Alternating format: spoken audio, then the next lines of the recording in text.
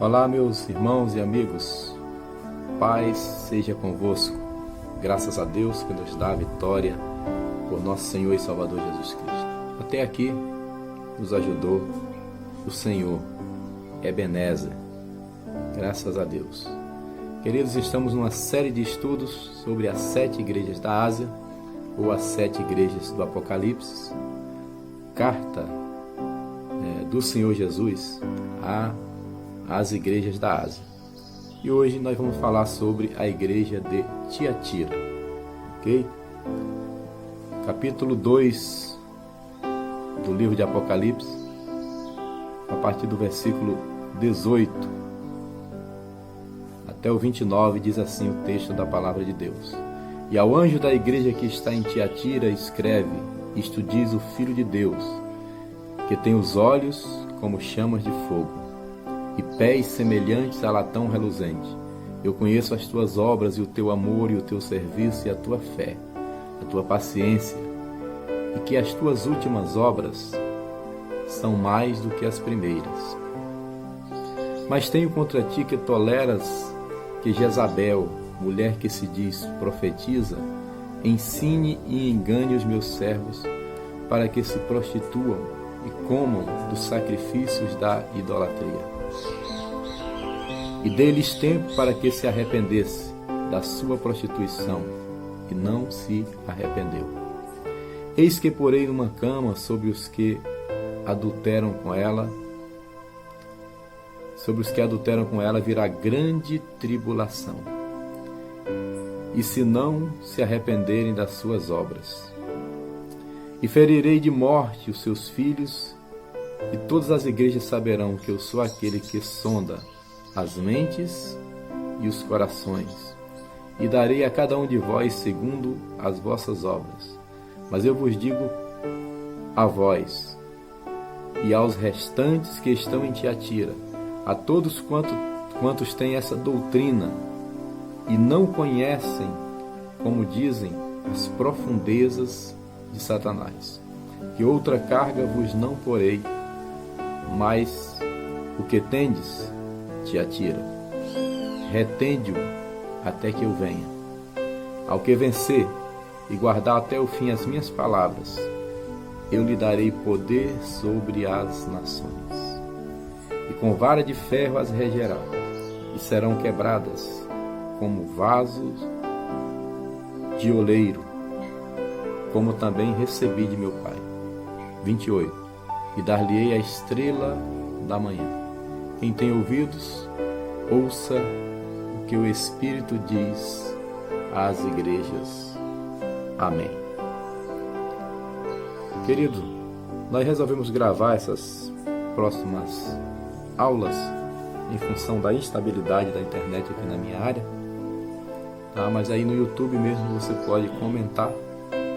Vamos colocar o vídeo como estreia, de maneira que você pode entrar também nos comentários do YouTube, mas vou estar compartilhando sempre no Facebook e no Instagram para que todos possam participar.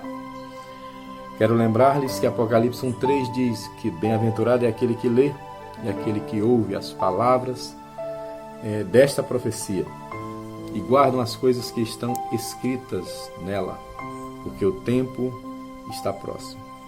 O tempo se aproxima, a vinda do Senhor se aproxima, e o motivo pelo qual nós estamos fazendo alguns estudos bíblicos na área de escatologia é para lembrar a igreja, lembrar aqueles que creem e que o Senhor Jesus está voltando, e ao mesmo tempo alertar aqueles que não conhecem a palavra de Deus que há uma promessa da vinda de Jesus e as coisas têm se cumprido de maneira assim muito interessante nesses últimos dias, né?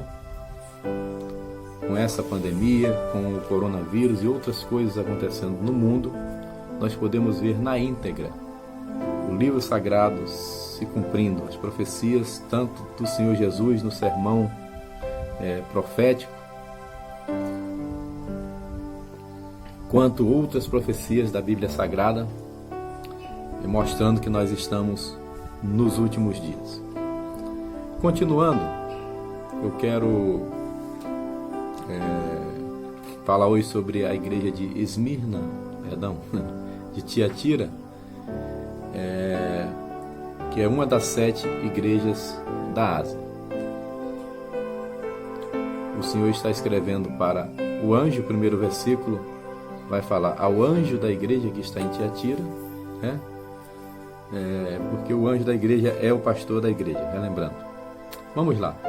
Tiatira é uma palavra em grego que quer dizer tieteira ou tiateira, que significa sacrifício. Ela foi fundada por Seleuco I, que era um general de Alexandre o Grande, durante o grande império grego, que é aquele terceiro império do sonho da estátua de Nabucodonosor, que nós já mencionamos aqui nas lives anteriores. Bem, dados interessantes aqui sobre Tiatira. Tiatira era politicamente insignificante, comercialmente importante e militarmente estratégica. Então, publicamente insignificante, comercialmente importante, vamos mostrar texto bíblico que justifica isso, e militarmente estratégica pelo seu posicionamento. Havia nela a fabricação de bronze, indústria de tintas, fábrica de cerâmica e roupas. Aí nós podemos confirmar isso em Atos, capítulo 16, quando o apóstolo Paulo está em um determinado lugar, e no capítulo 16, versículo 14, ele encontra uma mulher chamada Lídia, vendedora de púrpura, da cidade de Tiatira. Lídia era da cidade de Tiatira, e que servia a Deus e nos ouvia, e o Senhor lhe abriu o coração para que estivesse atenta, ao que Paulo dizia. Essa mulher chamada Lídia foi simplesmente a responsável pela base missionária, onde o apóstolo Paulo se hospedava sempre e onde serviu como um núcleo para evangelizar toda a Europa. Lídia, vendedora de púrpura, era da cidade de Tiatira. Por isso, nós dissemos que Tiatira era uma cidade politicamente insignificante, não tinha grande vulto, mas comercialmente importante por causa desses produtos e militarmente estratégica por causa da sua localização. Tiatira também tinha vários cultos pagãos. Hoje ela está situada na Turquia, como todas as demais igrejas do livro de Apocalipse. Ela é a atual cidade turca de Akçay, ok? Tiatira. Se nós considerarmos o que dissemos na primeira aula, que cada igreja representa um período, Tiatira representaria a Era das Trevas, um período considerado pelos escritores, pelos historiadores, que vai de 500 a 1500. Um período negro da história que antecedeu a Reforma Protestante, um período onde nós vamos ter o surgimento do islamismo, um período onde nós vamos ter a instituição da Inquisição, um período negro, por mais que muitos até discordem, ou alguns até discordem, é conhecido como a Era das Trevas por causa disso, né? Uma era em que a igreja adormeceu. Se parece muito com aquela parábola que Jesus disse que o dono da plantação, os trabalhadores adormeceram, veio o inimigo e semeou o joio. Foi nessa época. Entre 500 e 1500 vão acontecer coisas tenebrosas aí do âmbito político e no âmbito eclesiástico. Então, Tiatira, considerando os períodos, representaria esse período, ok? Então vamos lá, trazendo versículo por versículo. Apocalipse 2,18 diz: ao anjo da igreja que está em Tiatira, ao pastor de Tiatira, escreve: isto diz o Filho de Deus, que tem olhos como chama de fogo e pés como latão reluzente. Apocalipse 2,18. Como em todas as igrejas, a apresentação tem a ver com aquilo que o Senhor vai cobrar da igreja. Ele está dizendo que tem olhos como chama de fogo, porque lá na frente ele vai dizer que a igreja tolera Jezabel e que ele está vendo tudo, que ele contempla todas as coisas. Olhos como chamas de fogo significa que nada está oculto aos seus olhos. A Bíblia fala dos 7 Espíritos de Deus. Aí você pergunta, Deus tem 7 Espíritos ou só tem um Espírito Santo? Né? É Espírito Santo. O Espírito Santo ele é conhecido na Bíblia como 7 Espíritos de Deus. Significa a plenitude do Espírito de Deus atuando. Ok? Então Jesus está dizendo, eu tenho olhos como chama de fogo, ou seja, nada está oculto aos meus olhos, entendeu? Anjo do Senhor, anjo da igreja, anjo da igreja de Tiatira, bispo, pastor, você que foi colocado para cuidar da minha igreja, eu tenho olhos como chama de fogo. Você que pensa que esconde algo de Deus, Jesus se apresenta dizendo, olha, eu tenho olhos como chamas de fogo e eu tenho pés como latão reluzente. Até os meus pés deixam brilhar, deixam transparecer a glória de Deus. É assim que o Senhor se apresenta para esta igreja. Você, servo do Senhor, ou que porventura vai chegar a ouvir essa live, não tente esconder nada de Deus, porque Ele conhece todas as coisas. O Senhor tem olhos como chamas de fogo. Bem, capítulo 2, versículo 19, ele diz para todas as igrejas, eu conheço as tuas obras, sendo que 5 ele menciona obras más, e repreende, e 2, que são Esmirna e Laodiceia, ele não repreende. Conheço as tuas obras, teu amor, teu serviço, tua fé, tua paciência, e que as tuas últimas obras são melhores que as primeiras. Ou seja, você está melhor agora do que antes, você já foi pior. É isso que o Senhor está dizendo para o anjo daquela igreja, o pastor da igreja de Tiatira. Tuas obras, obra não salva, mas o salvo, as boas obras. E obra aqui não é só no sentido social. Desculpa. Obra aqui é no sentido amplo da palavra. Obra aqui, a Bíblia fala, descansaram das suas obras.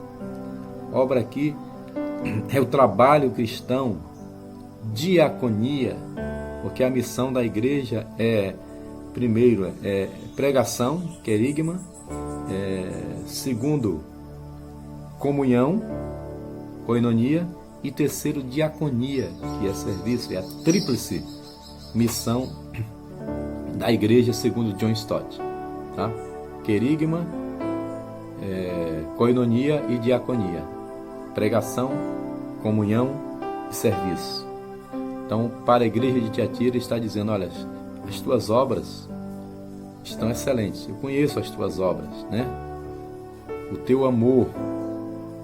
Olha, para a igreja de Éfeso ele diz, você perdeu o primeiro amor, mas para Tiatira ele está dizendo, eu conheço o teu amor, você está bem nessa área. O teu serviço e mais a tua fé e mais ainda tua paciência. Como é difícil ser paciente, Como é difícil ter fé.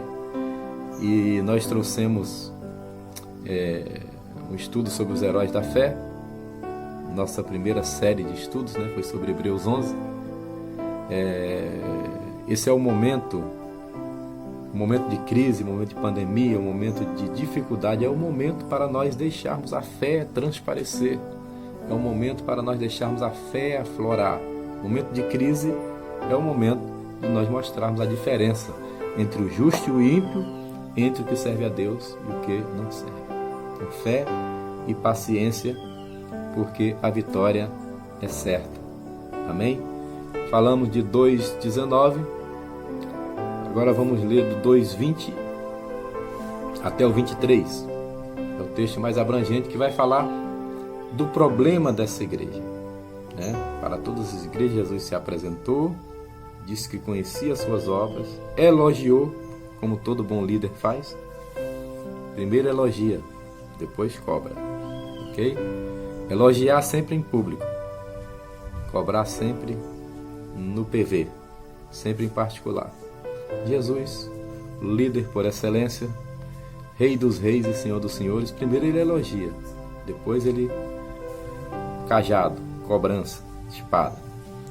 Diz assim: algumas poucas coisas, anjo da igreja de Tiatira, eu tenho contra ti, que deixas Jezabel, mulher que se diz profetiza, ensinar e enganar os meus servos, para que forniquem e comam dos sacrifícios da idolatria, e dê-lhe tempo para que se arrependesse da sua fornicação, e não se arrependeu. E eis que a porei numa cama. Deus é amor, mas ele também é justiça. Eis que a porei numa cama, e sobre os que adulteram com ela virá grande tribulação, se não se arrependerem das suas obras. Olha, ele falou de boas obras, mas ele está falando que dentro da igreja tem pessoas que fazem más obras. E ferirei de morte os seus filhos. Deus mata? Ah, mata. E a Bíblia tem vários episódios dizendo que o Senhor matou. Ele matou os filhos de Eli. Ele matou 2 filhos de Judá. Deus executa quando Ele quer. A ira sobre alguns homens vem só no dia do juízo final, mas sobre alguns, diz a Bíblia, o Senhor manifesta imediatamente. E Ele está aqui ameaçando e dizendo: ferirei de morte os seus filhos. E todas as igrejas saberão que eu sou aquele que sonda. Eu li aqui numa tradução, que é a Bíblia, ontem o meu irmão João, aí que deve estar assistindo, perguntou qual era a Bíblia da letra fina. Essa Bíblia aqui, João, palavra-chave. Bíblia muito boa, tá? Foi editada pela CPAD, palavra-chave. Ela é grossa assim porque ela tem, além da Bíblia, tem o dobro de estudo, palavra por palavra, explicando, né? E na tradução que eu li aqui em Apocalipse, diz aquele que sonda as mentes e os corações. Mas eu coloquei aqui no meu slide aquele que sonda os rins e os corações. Que na Bíblia rins está sempre ligado à mente, né? Na antiguidade se associava rins e corações sempre a mente como um todo. Eu sou aquele que sonda o oculto e o escondido. Eu sou aquele que sabe aquilo que você faz em particular. Eu sou aquele que conhece tudo que você pensa. Por isso, eu me apresentei para você como aquele que tem olhos como chamas de fogo. Estou de olho em você, bispo de Tiatira. Entendeu? Como vai combinando o texto profético, é incrível. Esse texto das cartas, assim, as igrejas da Ásia, são textos maravilhosos, porque a profecia ela entra como uma espada, ela vai de encontro à necessidade daquela igreja. Ferirei os teus filhos de morte, e todas as igrejas saberão que eu sou aquele que sonda as mentes e os corações, ou os rins e os corações, e darei a cada um de vós segundo as vossas obras. Lembra? As tuas obras são melhores do que as primeiras. Os crentes fiéis de Tiatira. Mas no meio havia um grupo infiltrado que se prostituía com essa mulher chamada Jezabel. Quem é Jezabel? Queridos, Jezabel não é necessariamente aqui uma pessoa. Jezabel representa um principado. Um dos principados que domina a nação brasileira hoje é Jezabel. O outro é o principado da corrupção. Tá? Por isso Paulo diz que a nossa luta não é contra a carne e o sangue, mas é contra as hostes espirituais da maldade, contra os poderes tenebrosos desse mundo, contra potestades e principados. Quando você luta com certos tipos de demônios, com hostes espirituais, com um demônio que deixa as pessoas possessas, você está lidando com um tipo de ser espiritual de uma categoria baixa, menor, mais fraca. Quando você lida com principados, você está lidando com anjos caídos. Você não está lidando com qualquer demônio. Você está lidando com um anjo caído que tem poder, autoridade, que domina determinadas nações. Por isso cada nação tem uma peculiaridade, ok? E Jezabel representa esse espírito de prostituição, de lascívia, de licenciosidade que domina algumas nações, algumas cidades, alguns lugares. Bem, a Bíblia vai falar de quem é Jezabel, está no Antigo Testamento. O nome dela quer dizer Baal é meu marido. Olha aí. Ela se julgava esposa do diabo, vamos dizer assim. Baal está sempre associado ao paganismo, sempre associado ao inimigo de Israel, ao inimigo das nossas almas, ao Deus que disputava a adoração com o Senhor Jeová. Tanto é que ele diz lá no livro do profeta Oséias: não me chamarás nunca mais meu Baal, mas me chamarás meu marido. Porque havia uma disputa, porque os cultos a Baal eram cultos de prostituição. Jezabel comandava a prostituição cultual. Como eu mencionei na aula de ontem, era um tipo de culto onde estava inserido os atos de prostituição. As sacerdotisas dos deuses sidônios, de onde ela era, as sacerdotisas de certas deusas da antiguidade, elas recebiam seus clientes, digamos assim, no templo onde havia a chamada prostituição cultual. Então alguém, quando estava se prostituindo, estava cultuando aquele determinado deus, tá? E a Bíblia diz em 1 Reis 16:31 que essa Jezabel era filha de Etbaal, rei de Sidom. 1 Reis 16:31. Ela era esposa de 1 Reis 18:19. Tá? Tem ali vários episódios de Jezabel, né? Você sabe. Jezabel, quando Acabe tentou comprar a vinha de Nabote, e Nabote não vendeu a sua vinha, porque crente não vende sua integridade, né? Não se vende. E aí Jezabel viu que ele estava triste, tomou as rédeas, porque Acabe sentava no trono, mas quem mandava era Jezabel, certo? E então ela vai mandar matar Nabote para ficar com a sua vinha. Jezabel é aquela mulher que aparece no episódio com o profeta Elias, que Elias manda cortar a cabeça dos seus 850 profetas, porque ela comandava e ela sustentava com o dinheiro do Estado 850 profetas de Baal e Azera, tá? Ela sustentava esses 850 profetas com o dinheiro do Estado. Eles comiam na mesa de Jezabel. Você entendeu o negócio? Você entendeu que a corrupção vem de tempos atrás? Ela sustentava esses profetas que faziam aí os seus cultos e sustentava as suas feitiçarias. E Acabe era simplesmente uma figura decorativa naquele trono de Israel, porque quem mandava era Jezabel. Finalmente ela vai morrer através de um homem chamado Jeú, que Deus escolhe para este fim, né? Quando o profeta Eliseu manda um mensageiro até esse capitão do exército chamado Jeú e diz: tem uma mensagem para ti, capitão. Eliseu diz: ó, você vai, unge ele e sai correndo. Tem certas coisas na Bíblia muito interessantes. E aquele jovem profeta, aprendiz de profeta, Eliseu não podia mais se locomover. Aquele jovem profeta vai lá e diz: eu tenho uma mensagem para o capitão. Aí o capitão fala: pode dizer. Ele diz: não, é em particular, é no privado. O capitão diz: pode entrar. Traz ele para a tenda. O jovem pega, faz o que Eliseu mandou. Pega o chifre de azeite, derrama sobre a cabeça e diz: eu te ungi como Deus de Israel, como rei de Israel. Assim diz o Senhor. E pum, sai correndo. E os outros capitães dizem: o que esse maluco fez aí? E Jeú diz: ele disse que eu sou rei de Israel. Então seus amigos pegam ele, colocam no cavalo, aclamam ele rei.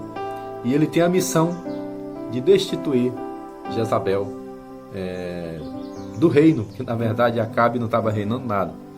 E ele então consegue destruí-la, matá-la, né? Mas essa mulher era tão má que alguns pregadores dizem que ela não era endemoniada, ela é que entrava nos demônios. E realmente é uma figura na Bíblia que está ligada ao ápice da corrupção, no sentido de prostituição, né, de licenciosidade. E essa mulher representa então paganismo, adultério, prostituição e etc. Tudo está ligado. Essa é Jezabel. E o anjo da igreja de Tiatira aturava. Diz aqui, ó: eu tenho algumas poucas coisas eu tenho contra ti. Você permite que Jezabel, mulher que se diz profetiza, lá no Antigo Testamento não fala de uma Jezabel profetisa, ela comandava os sacerdotes de Baal e Azera, né? Mas aqui essa se diz profetiza. Então dá a entender que na igreja havia ou uma certa pessoa, né, que levava os membros. Tinha muitas seitas gnósticas que faziam isso, que levavam as pessoas a se prostituírem, como faziam aquelas religiões onde tinha a prostituição cultual, tá? Então é como se entrasse na igreja uma pessoa e dissesse: olha, aqui você também pode fazer. Lembra que lá no paganismo a gente tinha a prostituição cultural? Pois bem, você se prostitui comigo e você vai ser cheio do Espírito Santo. Era assim. Você se prostitui comigo e você vai ser mais poderoso, porque eu sou profetisa. Epa! Pois era mais ou menos assim. Era a corrupção da doutrina. Você está tolerando a corrupção. A doutrina não se mistura. Água não se mistura com óleo. Água não se mistura com vinho. Santo não se mistura com profano. Você tolera Jezabel. Você deixa Jezabel. É por isso que o crente, queira ou não queira, querido, o verdadeiro cristão é intolerante. Porque se você tolera Jezabel, vai receber a reprimenda, vai receber a cobrança, vai receber do Senhor, né, essa repreensão. Tolera Jezabel. E o que é que ela faz? Ela ensina e engana os meus servos para que se prostituam e comam sacrifícios de idolatria, ou seja, aceite doutrinas paralelas, doutrinas falsas. Muitas pessoas ainda hoje recebem ensinamentos de Jezabel e aceitam doutrinas de Jezabel, que são doutrinas paralelas à verdadeira doutrina da igreja, né?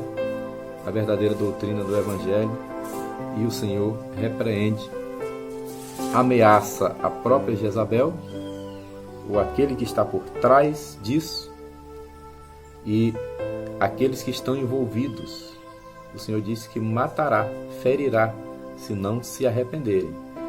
E todos saberão que eu sou aquele que sonda os rins e os corações. Ele tem olhos como chama de fogo, e ele sonda o teu íntimo, o teu secreto, aquilo que só você sabe, o Senhor conhece. Li até o 23, né? Capítulo 2, versículos 24 e 25, estamos quase encerrando, diz assim: eu vos digo, os restantes que estão em Tiatira, a igreja é sempre chamada de restante, remanescente, os que sobraram, aleluia, um pequeno grupo, os chamados para fora. Os restantes que estão em Tiatira e a todos quanto têm esta doutrina e não conhecem, como dizem, as profundezas de Satanás, ou seja, não estão envolvidos nesta rebelião de Jezabel, que outra carga vos não porei, mas o que tendes, retende-o até que eu venha. Jesus está dizendo que aqueles que estão aliados, seduzidos, enganados por Jezabel e suas doutrinas, eles são ligados às profundezas de Satanás. Eles são ligados a coisas ocultas que Satanás consegue infiltrar no meio da igreja. Tem pessoas que acham que Satanás é aquele ser de chifre e cauda, vermelho e com aparência horrível. Pode até ser assim no sentido espiritual, mas no sentido pleno da palavra, né? Aliás, pode ser assim no sentido literal, né? Espiritualmente, Satanás se transforma como um anjo de luz, a Bíblia diz isso. Ele faz até descer fogo do céu. Então não brinque com esse ser. Por isso a Bíblia fala profundezas de Satanás. Ele era um querubim ungido. Satanás é um ser poderosíssimo, a ponto de quando ele disputava o corpo de Moisés com o arcanjo Miguel, Miguel não ousou dizer palavra de maldição contra ele, mas disse: o Senhor te repreenda. Ou seja, que ser é esse? Quem ele era? Né? Ele era querubim ungido, andava entre pedras afogueadas, e dentro de uma hierarquia, Miguel se sentiu, no mínimo, no dever de respeitar a hierarquia, e não o atingiu diretamente, mas disse: o Senhor te repreenda. Profundezas de Satanás. Os que estão ligados à doutrina de Jezabel conhecem a profundeza de Satanás, enquanto o restante, o remanescente, a igreja fiel, a igreja que subirá. Para essa igreja, o Senhor diz que não imporá outra carga, ou seja, fica assim. Diz assim no 25: retendes o que tens, ou seja, o que você tem, guarda até que eu venha. Até que ele venha, sustenta o fogo, como dizem lá na Marinha. Sustenta nessa fidelidade, sustenta, mesmo que você esteja sendo caluniado, sustenta, segura o que você tem até que eu venha, que eu em breve voltarei. Os últimos versículos, capítulo 2, do 26 ao 29. Ao que vencer e guardar até o fim as minhas palavras, eu lhe darei poder sobre as nações. Epa, domínio? Que é isso?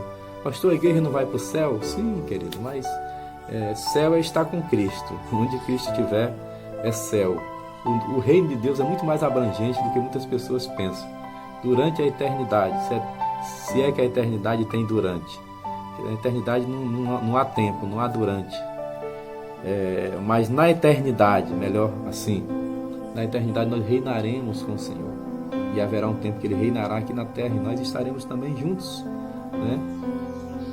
Tanto aqui como na Nova Jerusalém. Eu disse em uma das lives, né?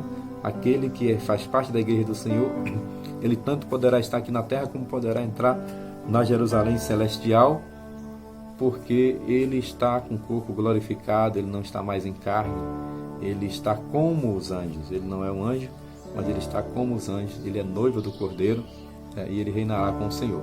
Darei poder sobre as nações, e com vara de ferro as regerá. Serão quebradas como vasos de oleiro, como também recebi do meu Pai, e dar-lhe-ei a estrela da manhã. Quem tem ouvidos, ouça o que o Espírito diz às igrejas. Poder sobre as nações, vara de ferro, quebrando tudo. Serão quebrados como vasos do oleiro. Aleluia. Temos visto tantas coisas acontecendo no âmbito político, né? No âmbito geopolítico. A perplexidade das nações, como disse Jesus. Pois saiba, uma das promessas para aquele que vencer é que exercerá poder político. Exercerá poder sobre as nações. Que maravilha, né? Que maravilha. Além de todas as bênçãos espirituais, como nós falamos na carta anterior, além do maná escondido, além da pedra branca, nós teremos também poder sobre as nações, para assim governar com o Senhor durante o milênio.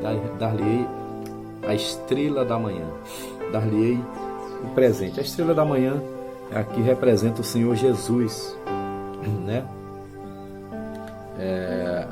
A Bíblia fala lá em Apocalipse 14 que Satanás era, o nome dele era Lúcifer. Eu fiz essa pergunta a um professor no Seminário Batista do Sul do Brasil, onde eu fiz teologia, de 95 a 2000, eu fiz 5 anos meu curso, e aquele professor era muito ignorante. Eu perguntei para ele: professor, onde está a palavra Lúcifer na Bíblia? E ele disse: está na Bíblia. Tudo bem. Fiquei triste, e depois eu perguntei ao muito indigno e nobre professor Valtair Miranda, que hoje é um dos reitores, um dos coordenadores ali da Faculdade Batista, lá na rua José Higino, 416, na Tijuca. E eu perguntei ao professor Valtair, que era meu professor de exegese em Efésios e outras matérias, e eu falei: Valtair, onde está a palavra Lúcifer na Bíblia? Porque eu nunca vi.